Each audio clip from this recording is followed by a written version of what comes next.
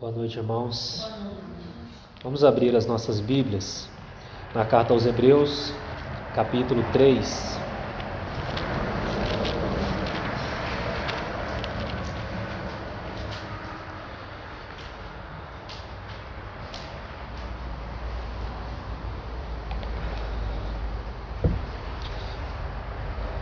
Capítulo 3, nós vamos ler a partir do verso 15.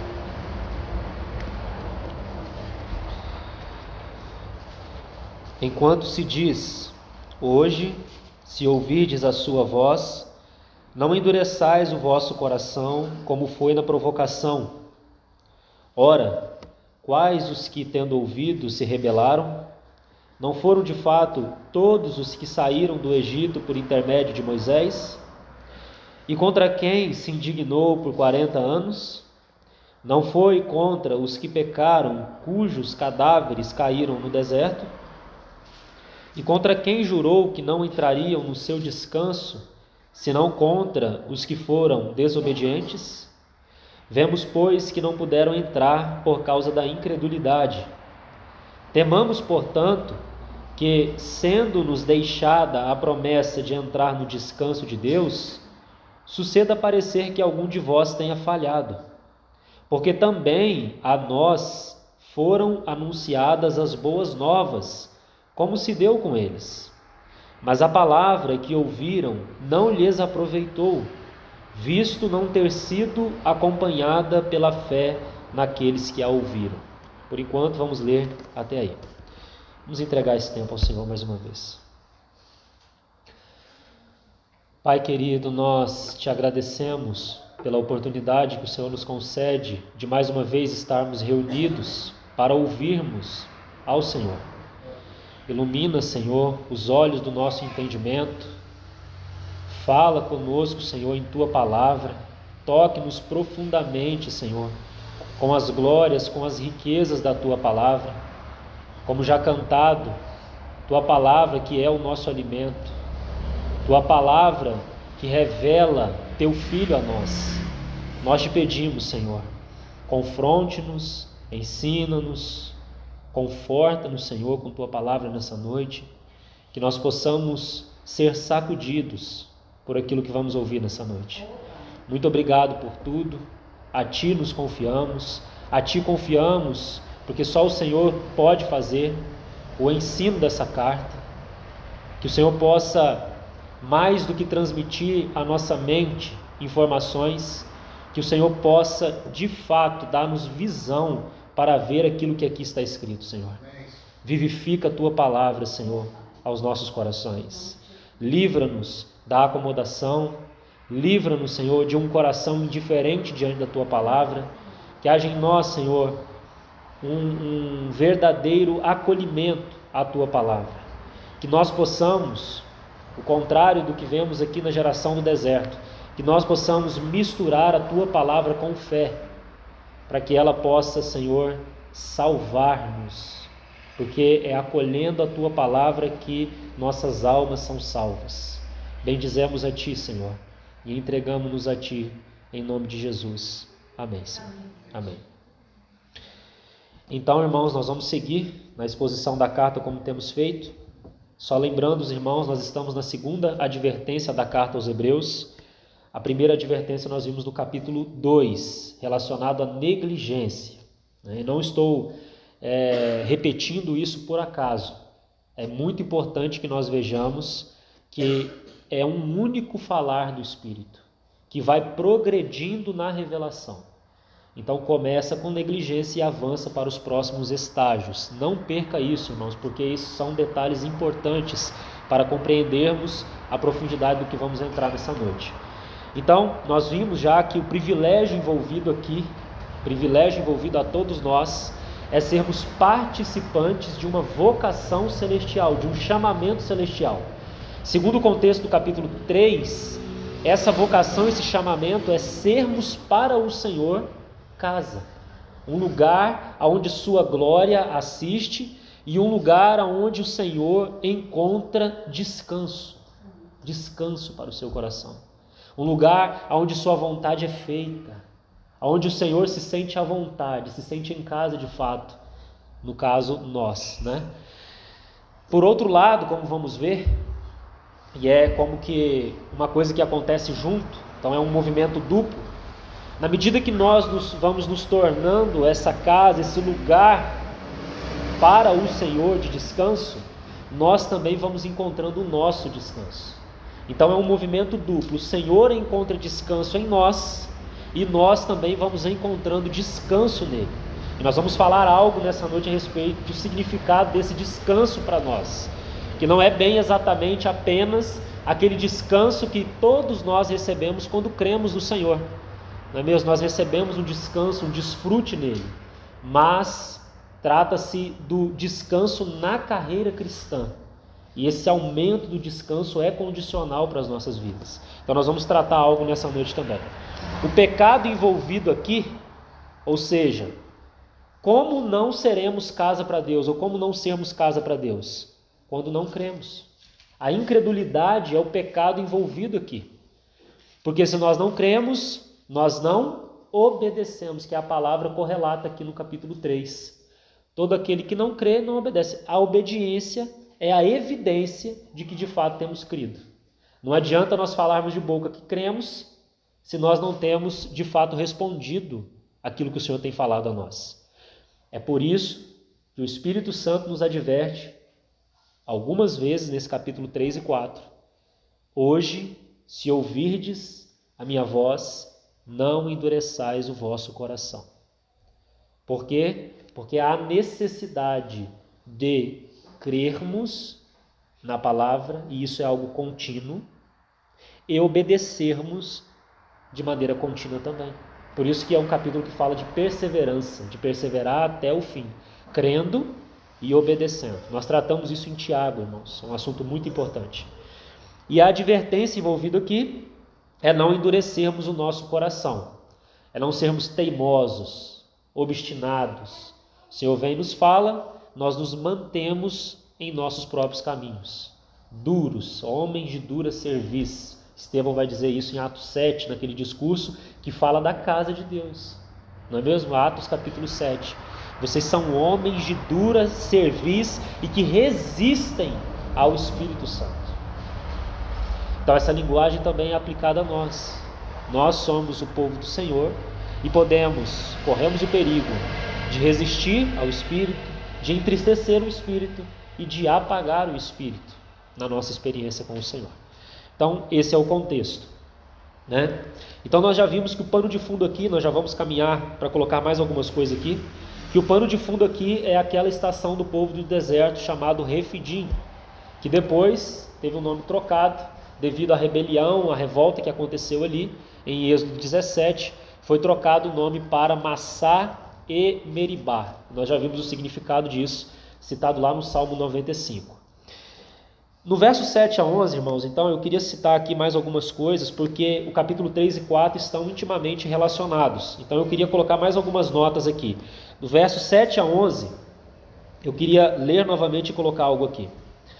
Assim, pois, como diz o Espírito Santo, hoje, se ouvirdes a sua voz, não endureçais o vosso coração como foi na provocação, no dia da tentação no deserto, onde vossos pais me tentaram, pondo-me à prova, e viram as minhas obras por 40 anos. Note essa expressão, 40 anos, eu quero sublinhar isso. Por isso, me indignei contra essa geração e disse: estes sempre erram no coração, eles também não conheceram os meus caminhos. Assim jurei na minha ira, não entrarão no meu descanso. Nós já colocamos muitos detalhes e eu não vou voltar a eles. Já estão aí disponíveis no áudio para que os irmãos possam consultar. Mas eu queria colocar uma nota aqui, que é a seguinte. Os irmãos percebem, por essa expressão 40 anos, que o Espírito Santo está enfatizando aqui mais do que ocasiões isoladas de rebelião. Pelo menos assim me parece. O que o Espírito Santo está aqui chamando a nossa atenção é para uma obstinação prolongada. Você vê? Uma obstinação prolongada. Ou seja, 40 anos esse povo resistindo ao Senhor, sendo um povo incrédulo e desobediente. Então, mais do que uma circunstância isolada, aonde pode haver em nós algum tipo de rebelião em nosso interior diante da palavra do Senhor, o Senhor está chamando a atenção para uma posição assim que é contínua, que é um resistir contínuo do Espírito. Porque uma coisa é nós, em algum momento, nos rebelarmos, o que já é triste, haverá consequências para isso, claro, mas o Senhor vem com sua palavra e nós nos arrependemos, o Senhor consegue nos conduzir por sua bondade ao arrependimento. Mas outra coisa é nós nos mantermos nessa posição obstinada, prolongada de obstinação. Então, irmãos, por que eu estou chamando a atenção para isso? Porque talvez o Senhor está conosco aqui, e cada um sabe muito bem o que o Senhor tem falado ao coração e ministrado, e também nós também temos podido discernir o falar corporativo. O Senhor talvez há tanto tempo pode estar insistindo conosco em determinados assuntos, talvez anos, e aí cada um tem as suas áreas específicas e certamente o sabe, porque o Espírito Santo habita em nós, a unção nos ensina todas as coisas. Então nós sabemos muito bem quais são as áreas que o Senhor tem nos confrontado. Mas talvez, assim como essa geração no deserto, que por 40 anos, mesmo vendo as obras do Senhor, não conheceram os caminhos, mesmo vendo as obras, resistiram ao Senhor, se mantiveram com o coração duro e obstinado. Qual o resultado disso? Por isso me indignei contra esse povo. Esse povo, que mais do que uma situação isolada, mais do que, vamos colocar um erro isolado, vamos usar essa expressão, esse povo me resiste. Esse povo continuamente, usando a linguagem de Oséias, quando eu estendo o braço, eles viram as costas para mim. É um povo obstinado. E é isso que o Espírito Santo está chamando a atenção aqui. Então talvez o Senhor tenha também falado conosco, irmãos, sobre determinados assuntos, e nós não temos respondido a esse falar do Senhor. Temos nos mantido nas mesmas coisas. A consequência para aquela geração no deserto é que eles não herdaram a terra de Canaã. A primeira geração toda, com exceção de Josué e Caleb, caíram prostrados no deserto. Não herdaram as bênçãos da terra prometida. Mas para nós, irmãos, a consequência se encontra aí no versículo 12. Tende cuidado, irmãos, jamais aconteça haver em qualquer de vós perverso, como já citado nessa noite, coração de incredulidade que vos afaste do Deus vivo. Irmãos, esse tipo de coração, repetindo, mais do que uma situação isolada, mas um coração que se mantém assim, é um coração que vai se afastando do Deus vivo. Eu não sei se você compreende muito bem, irmãos, o significado disso que eu estou dizendo, mas nós estamos falando de realidade espiritual. Como já falado no último momento que estive nessas passagens, o Espírito Santo fez questão de colocar a expressão Deus vivo, para mostrar a realidade, a seriedade daquilo que aqui está escrito. Então, um coração que se mantém rebelde ao Senhor de maneira contínua é um coração que vai se afastando do Deus vivo, mesmo estando rodeado de palavra. É por isso que nós vamos ver logo que vamos ver no capítulo 4. O povo que, mesmo estando rodeado de palavra, está resistindo o Senhor no coração e não está tendo essa relação com o Deus vivo na carreira cristã. Porque essa palavra são para aqueles que pertencem ao Senhor. Então vejamos a ordem, para nós podermos já daqui a pouquinho seguir para o capítulo 4. Veja a ordem, agora eu quero isolar somente aqui dessa exortação. Eu queria que os irmãos percebessem a ordem apresentada aqui. Você tem primeiro o pecado, um coração endurecido, depois incredulidade e desobediência, depois você tem a apostasia. Eu vou repetir essa ordem para que você possa anotar e meditar nisso, irmão. Porque isso diz respeito à sua vida com o Senhor e as consequências. Primeiro, a ordem apresentada aqui: pecado. Pecado. Segundo, coração endurecido. Terceiro, e aqui eu quero colocar junto, porque é um par de palavras mesmo: incredulidade e desobediência. Incredulidade e desobediência. E quarto, apostasia. Tá vendo? Apostasia. Um coração que se afasta do Deus vivo. Você quer uma definição melhor para apostasia do que essa, irmão? Um coração que se afasta do Deus vivo. E de maneira impressionante, porque o Espírito Santo assim o é, um tremendo mestre, aquele que nos ensina todas as coisas, ele organizou essa carta de uma maneira tão tremenda, que a próxima exortação na carta tem como nota a apostasia. Então os irmãos percebam que não existe acaso, não existe coincidência na carreira cristã, as coisas não acontecem do dia para a noite, não é repentino. É um coração que vai resistindo ao Senhor e isso vai afetando o relacionamento com o Senhor. Como já dito em outras palavras, entristecendo, resistindo, apagando o Espírito. Um coração que vai se afastando do Deus vivo, vai se afastando. Apostasia. É um processo, meus queridos irmãos. É por isso que o Espírito diz para estes que estão nessa situação, e cada um precisa estar diante do Senhor, na luz do Senhor. Assim como eu também que estou aqui falando a vocês, não estou isento disso. Nós precisamos, como diz esse capítulo, hoje, se ouvirdes a sua voz, não endureçam o coração. É como se o Senhor estivesse dizendo: há caminho de retorno. Há como sair desse quadro. Responda imediatamente à voz do Espírito. Ó, irmãos, não vá dormir nessa noite se há algo que o Espírito está de alguma forma incomodando aí no seu interior. Vá diante dele, não se acomode, porque nós perdemos as palavras que ouvimos com muita rapidez. Talvez amanhã a palavra de hoje já foi sufocada com os afazeres, entende? E aquilo que deveria ter sido respondido não foi ao Senhor. É algo muito sério.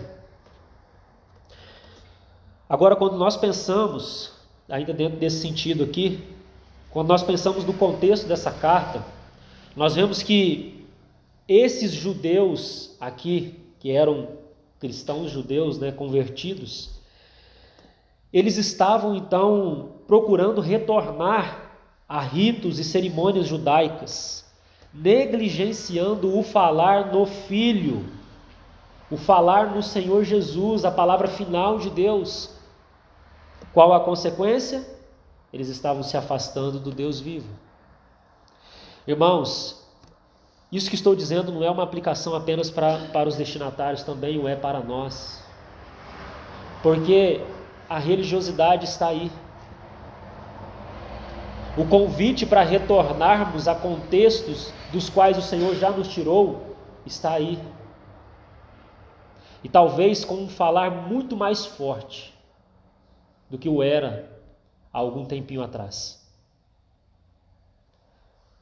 E eu estou chamando a atenção para os irmãos com respeito aos destinatários, porque isso há uma aplicação para nós.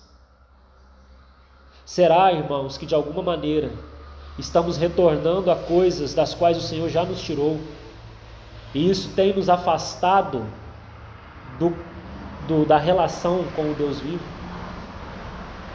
Será que nós estamos sendo indiferentes diante do falar do Filho a nós hoje? Toda a carta aos Gálatas tem essa ênfase. Mostrar que aqueles que começaram bem, agora estavam caindo na graça. Da graça vos decaístes, de Cristo vos desligastes. Cartas aos Gálatas vai nos dizer. Então, quando nós olhamos para esse contexto, nós estamos vendo algo apenas histórico, nós não estamos interessados em apenas história. Nós estamos vendo algo de tremenda aplicação para nós. E, irmãos, para que nós passemos adiante, deixa eu dizer algo. Isso é mais sutil do que você imagina. Esse processo, descrito aqui pelos destinatários como os ritos judaicos, como retornar a velhas práticas, cerimônias, guarda isso e aquilo, isso se traduz para nós hoje em pequenas coisinhas religiosas que vai tomando o lugar de Cristo nas nossas vidas. E isso vai entrando de maneira sorrateira nas nossas vidas, por não guardarmos a palavra que temos recebido do Senhor. Usando aqui, nesse sentido, aplicando aqui, aquele conselho de Boaz a Ruth: não vá colher em outros campos.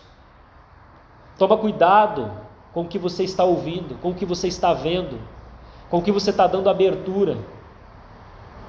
Essas coisas vão nos roubando a centralidade de Cristo, a realidade da obra do nosso Senhor, a centralidade do seu trabalho sumo sacerdotal. Irmãos, é isto que sustenta a nossa carreira cristã, e Satanás o sabe muito bem. É por isso que temos sido bombardeados de todos os lados, de todas as formas possíveis, para tirarmos os olhos de Cristo. Tenhamos muito cuidado. Os últimos dias, como Paulo já nos advertia, João também nos advertia, serão dias muito difíceis. E nós já sabemos muito bem como anda a atmosfera dos nossos dias. Falsos mestres com falsos ensinos têm se levantado e têm arrastado multidões, porque esses mesmos que ali estão ouvindo desejam aquilo que estão ouvindo. Cuidado com a cobiça do teu coração, irmão, irmã, com os teus desejos íntimos aí escondidos, e que de alguma maneira você tem dado vazão a isso, das mais diversas formas, e isso tem te afastado do Deus vivo. Que o Senhor nos ajude, irmãos, que haja de fato verdadeiro arrependimento, que a convicção de tanta informação que temos tido se torne contrição, que possamos ser levados aos pés do Senhor. É por isso que essa carta, irmãos, ela é uma carta de progresso. Ela é uma carta que o tempo todo está usando expressões de progresso, como que nos chamando a avançar. Não voltem para trás de onde saíram. Isso está por trás de toda a carta. Não voltem para trás de onde vocês saíram. Não apenas do mundo representado pelo Egito, mas também de todo o contexto religioso representado pela Babilônia. Porque na Babilônia você tem tudo, mas não tem a centralidade de Cristo. O povo, quando estava na Babilônia, não podia ter altar, não podia ter sacrifício. E era um povo que prosperava, era um povo distraído, mas que estava muito feliz na Babilônia. Tanto que somente 50 mil retornaram de milhões que lá havia. Não voltemos para trás, irmãos, não apenas para o Egito, mas também da Babilônia. Talvez, irmãos, a Babilônia seja algo mais terrível ainda. Tenhamos muito cuidado, continuemos olhando para Cristo, contemplando o valor da sua pessoa e obra, olhando para o nosso grande apóstolo e sumo sacerdote. E o que está por trás de todo esse argumento? Por que eu construí tudo isso? Nós vamos entrar no capítulo 4, veja. O que está por trás de todo esse argumento e esse cuidado que tenho procurado expressar aos irmãos nessa noite? Que tudo que está relacionado à religiosidade, ao mero cumprimento, ao formalismo, ao externalismo, a essas coisas aí que têm se levantado, e de maneira mais estranha ainda nos nossos dias, com coisas mais estranhas ainda, potencializadas, essas coisas não podem nos conduzir ao descanso. A religiosidade, com todos os seus tentáculos, não pode nos introduzir no descanso. Não pode, irmãos. É Cristo, é sua pessoa, é sua obra, mais especialmente quando olhamos por essa perspectiva do seu trabalho sumo sacerdotal, é que conduz a alma do cristão a um descanso que é intocável. Por que nós temos experimentado, irmãos, um quadro geral de perturbação, de inquietação, de ansiedades que têm sim se apropriado de nós? Elas existem, sempre vão existir, mas estou falando daquelas que se apropriam de nós. Por que nós estamos tão confusos, tão preocupados, com medo? É porque deixamos de olhar para a suficiência que há na pessoa e obra de Cristo. Quando nós, pela fé, vamos entrando nas riquezas de Cristo, a alma do cristão vai gradativamente, de maneira a se aumentar, experimentando um descanso que é acima de qualquer circunstância. Aquele descanso que está em Cristo Jesus. Vejamos então capítulo 4, verso 1 e 2.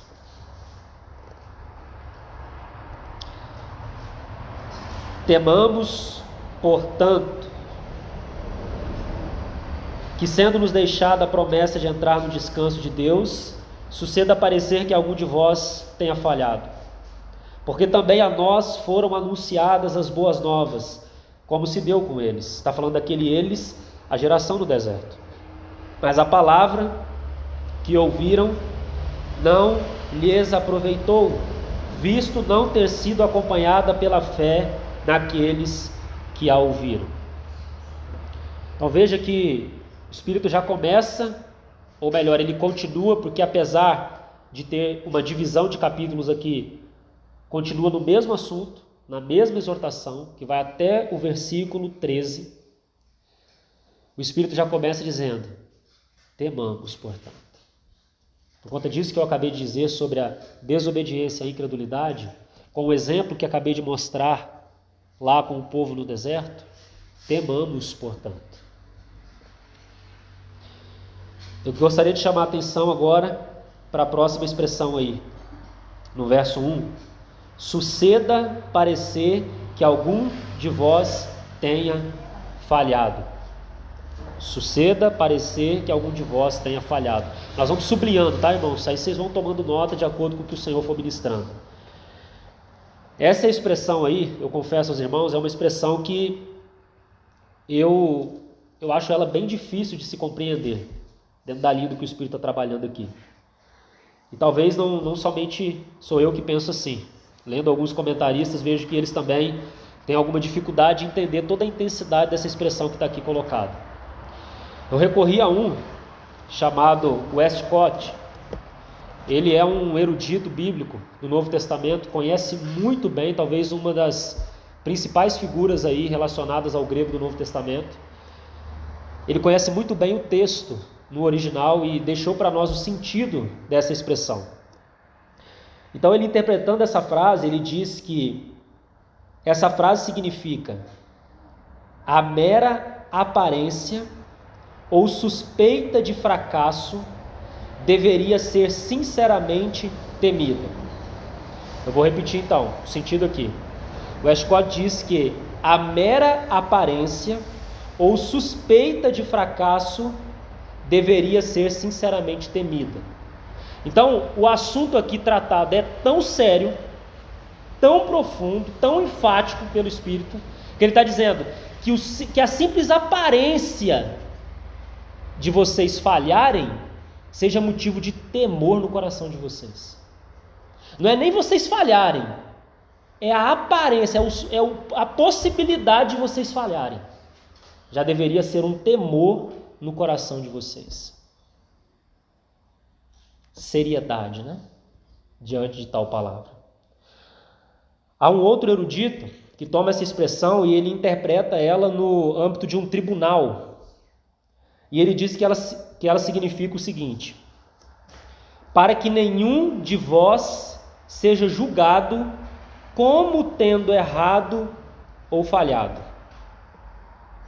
Então, quando nós pensamos no povo de Israel, para os israelitas, então, as boas novas para eles, de maneira literal, porque assim era a relação daquele povo de Israel com o Senhor, era uma terra de descanso, de abundância, que era a terra de Canaã, que era apenas uma figura do descanso em Cristo. Vou repetir, para que quando você retorne lá para Josué, para o Pentateuco e para Josué, você compreenda que por trás daquelas palavras há uma leitura espiritual, certo? Quando você lê a sua Bíblia, você precisa ler assim, interpretando no Novo Testamento. Então, Canaã é uma figura apenas, um tipo, uma sombra do descanso do cristão em Cristo.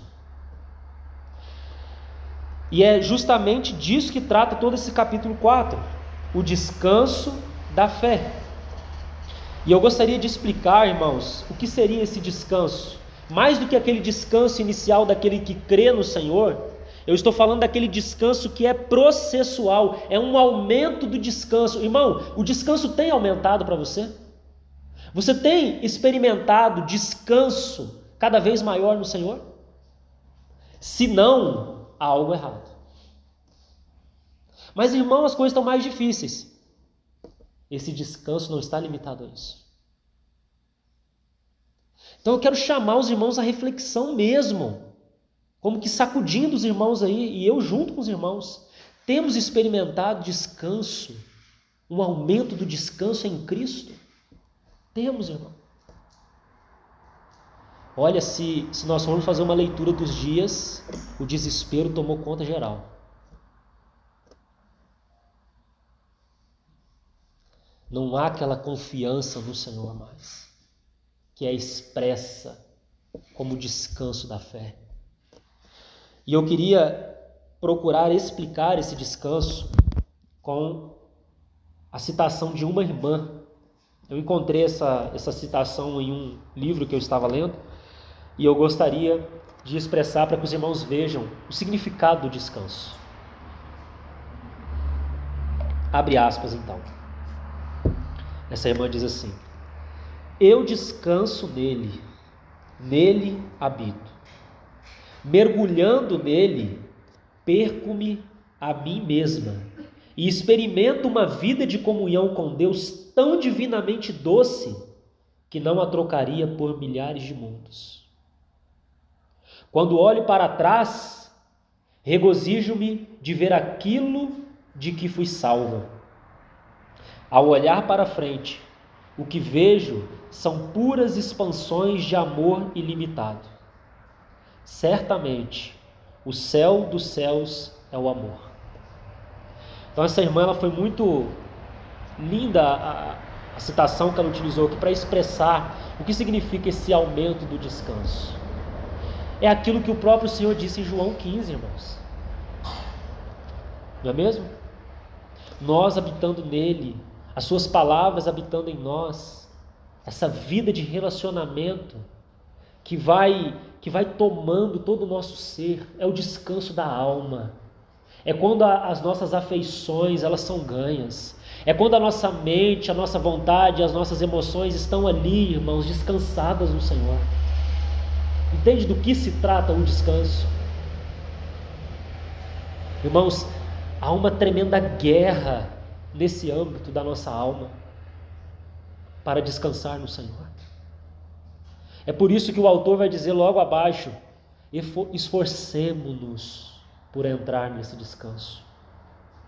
Porque de fato é uma luta aprendermos a descansar no Senhor. E ela traduz aqui de uma maneira tão linda, né? Essa relação que eu tenho com o Senhor, eu não a trocaria por milhares de mundos. Não é por esse mundo só não, por milhares iguais se existisse. Eu não trocaria essa relação. Ó, irmãos, e nós trocamos essa relação por um prato de lentilha tão facilmente. Somos profanos muitas vezes, como foi Esaú, que só pensa no aqui e no agora, que toma as decisões de maneira imediatas, impensadas.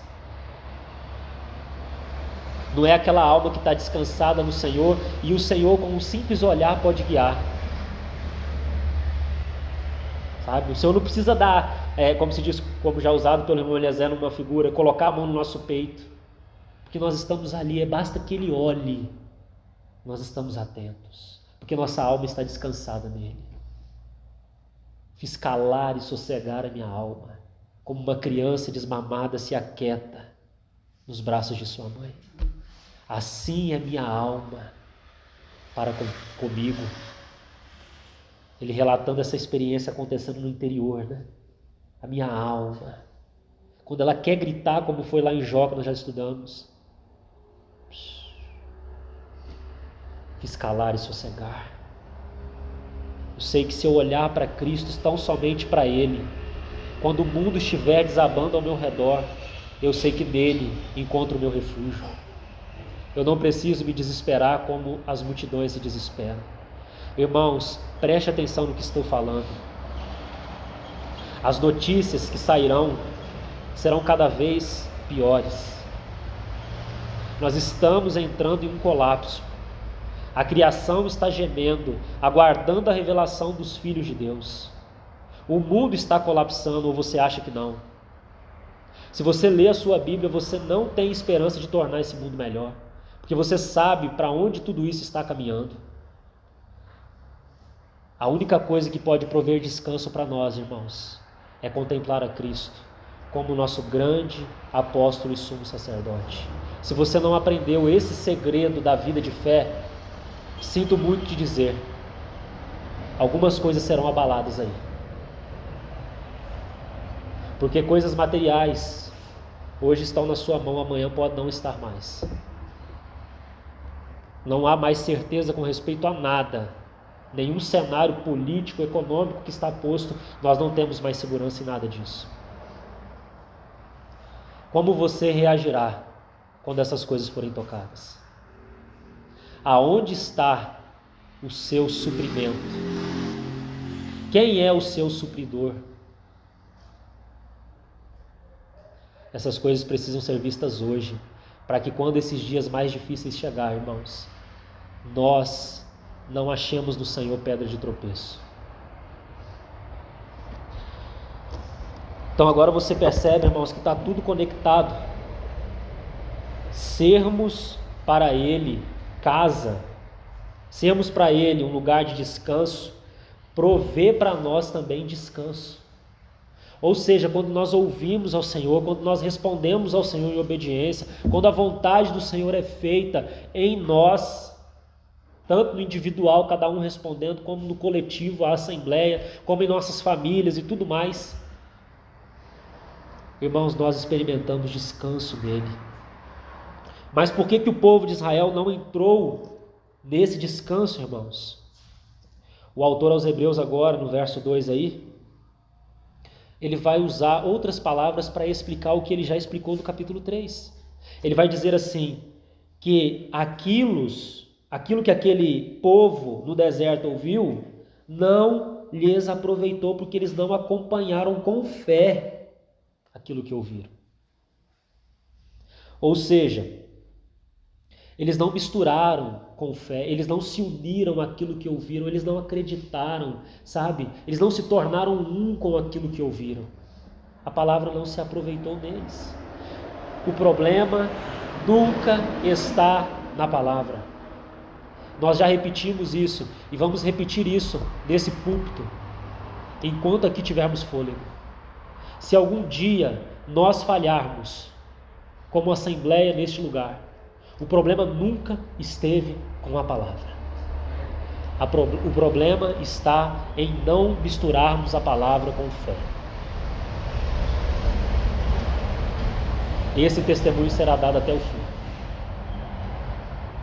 Porque se há algo, irmãos, que pode trazer esperança a uma alma, se há algo que pode trazer esperança a um ambiente, a uma localidade, é quando a palavra de Deus é aberta e iluminada pela ação do Espírito Santo.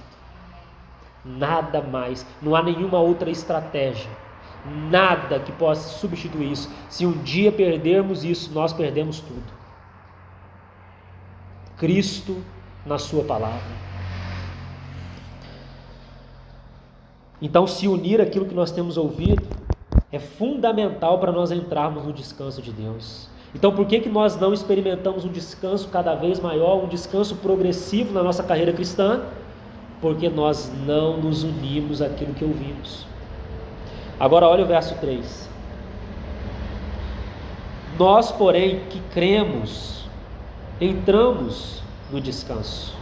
Por quê, irmãos? Porque só a fé permite a entrada no descanso. O descanso, esse descanso que nós estamos falando, esse aumento do descanso, esse descanso em Cristo, que é intocável por qualquer coisa, por qualquer pessoa. Sim, irmãos, pessoas têm tirado o nosso descanso. Coisas têm tirado o nosso descanso. Preocupações com isso, com aquilo. O que vai ser de mim se isso e aquilo? Eu tenho que fazer isso e aquilo. E nós estamos sufocados com essas coisas. Então esse não é o descanso da fé em Cristo, irmãos, porque está sendo tocado.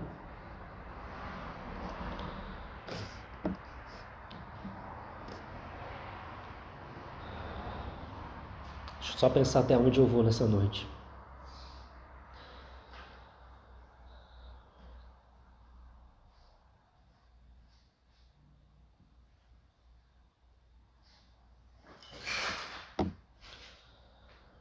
Não vou me prolongar muito. Acredito que o falar do Senhor para nós é mais ou menos até aqui. Então eu quero caminhar já para concluir. Novamente recorrendo ao Westcott, aquele erudito que acabei de citar, ele traduz de uma maneira mais precisa esse versículo 3 da seguinte forma. Essa expressão aí, nós porém que cremos entramos no descanso, ela mais exatamente no original seria a seguinte: nós porém que cremos estamos entrando no descanso. Então, não como um fato único, como se quando cremos no Senhor nós já entramos nesse descanso, do qual o autor está tratando aqui, mas ele está falando, como já disse, do descanso processual. Então, na medida que vamos crendo, nós vamos entrando nesse descanso. É por isso que o convite da carta aos Hebreus é entrarmos no Santo dos Santos e ali permanecermos, com intrepidez pelo novo e vivo caminho que o Senhor nos consagrou pelo véu, isto é, pela sua carne. Então, irmãos, eu quero terminar com um texto em Mateus capítulo 11, para que os irmãos vejam esse processo, esse aumento, esse crescimento do descanso nas nossas vidas.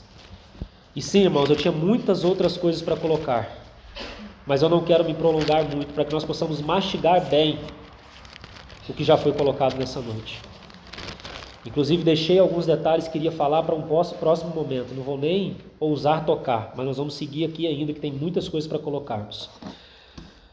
Veja o capítulo 11 do Evangelho de Mateus.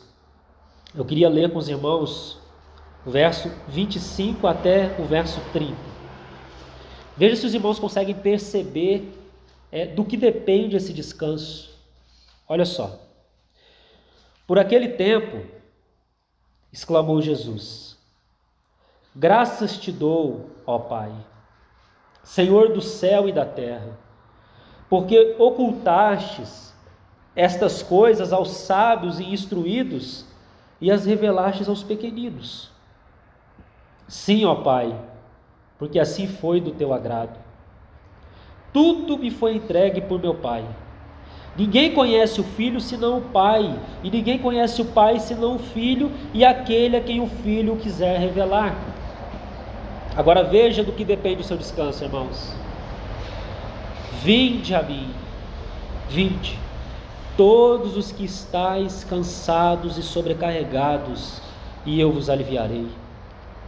Tomai sobre vós o meu jugo e aprendei de mim, porque sou manso e humilde de coração, e achareis descanso para a vossa alma, porque o meu jugo é suave e o meu fardo é leve.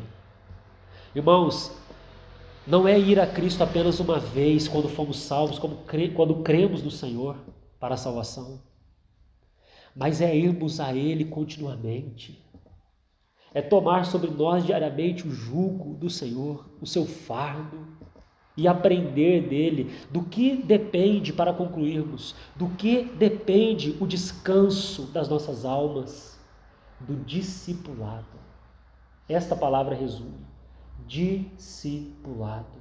Estarmos aprendendo do Senhor continuamente. Para aqueles que são discípulos, porque nem todo filho é discípulo.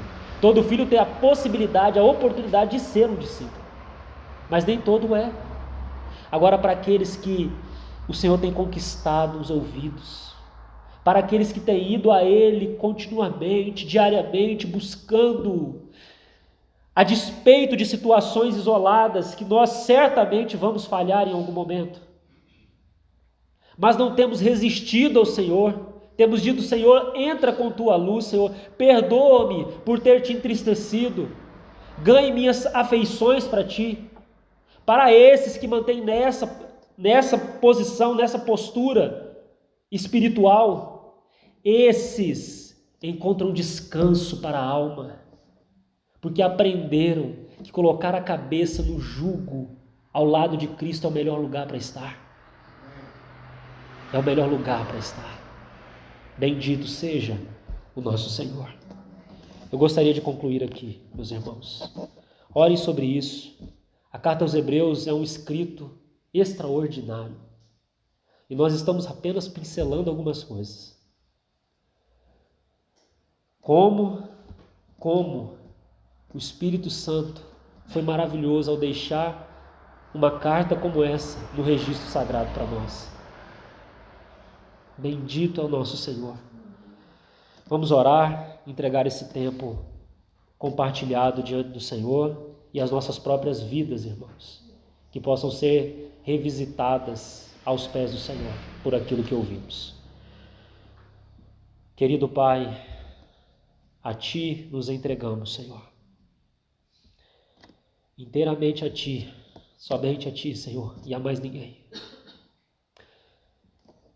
Envia a Tua luz e a Tua verdade sobre nós, Senhor. Nos ensine o segredo, a bendita bem-aventurança de descansar em Ti. Para aqueles corações que aqui nessa noite entraram perturbados, preocupados, inquietos, com muitas ansiedades interiores, e todo o diagnóstico possível, Senhor, porque o Senhor conhece muito mais do que aquele que aqui está falando. Que o Senhor possa falar a esses corações. Temos certeza, Senhor, de que o Senhor é aquele que conhece a nossa condição muito melhor do que nós mesmos. Aliás, nós mesmos não conhecemos o nosso próprio coração, Senhor. Então a Ti o entregamos. O Senhor diz: Filho meu, dá-me o teu coração, porque dele procede as fontes da vida.